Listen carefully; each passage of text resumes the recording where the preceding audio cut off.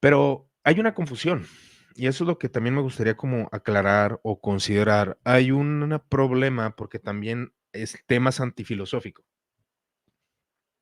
No se comprende lo que se refiere con persona.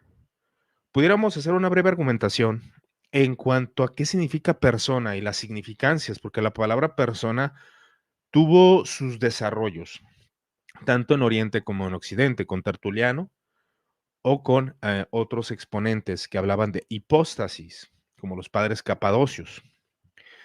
Estos términos son complejos porque también en nuestro contexto, si hablamos de la palabra persona, nosotros la identificamos con una persona humana. Si decimos Dios son tres personas, lo primero que nuestra mente racional busca es identificarlo con algo. Y lo que lo asociamos son con tres personas diferentes. Claro que hay fórmulas en cuanto a estos elementos. Claro que los hay. Hay diferenciaciones, pero un punto que me ayudó a ver y aclarar esta postura, efectivamente fue la filosofía.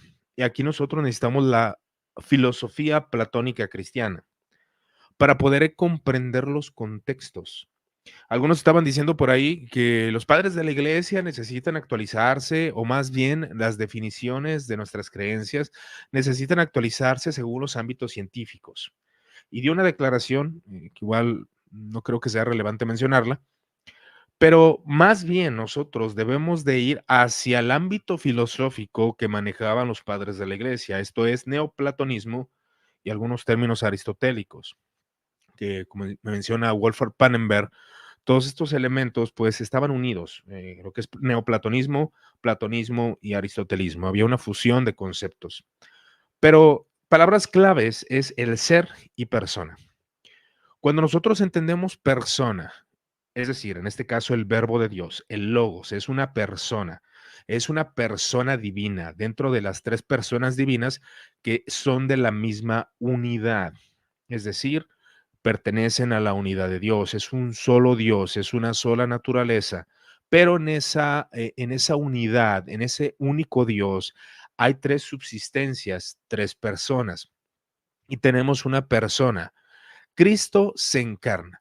Pero al entender la palabra persona, debemos de comprender que nos habla de existencia y de ser, ¿sí?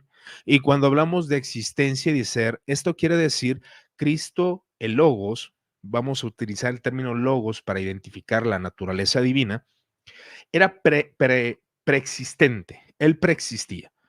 Lo que él hace cuando se encarna es que adquiere una naturaleza humana, la cual aprende, la cual crece, la cual va conociendo, la cual no lo sabe todo, pero es la naturaleza, alma y cuerpo, alma racional y cuerpo, adquiere el logos, esa segunda persona.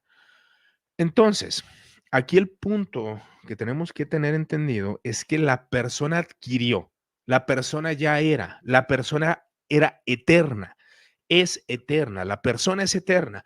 Lo único que hizo al encarnarse de María la Virgen fue adquirir una naturaleza, que fue la naturaleza humana. Entonces, esta persona, por usar este término para que podamos comprender el lenguaje, la persona, el ser del logos, el ser del verbo, adquirió una naturaleza humana. Es una persona divina que adquirió una naturaleza humana, porque como persona ya existía, como persona era el ser, es Dios, y solamente adquiere una naturaleza que no le pertenecía, una naturaleza que no es parte de su substancia divina, pero está unida de forma hipostática. Entonces, la pregunta es, ¿cuándo Jesucristo fue persona? Diría San Agustín, el verbo tuvo dos nacimientos, uno engendrado eternamente por el Padre y el otro cuando se encarnó.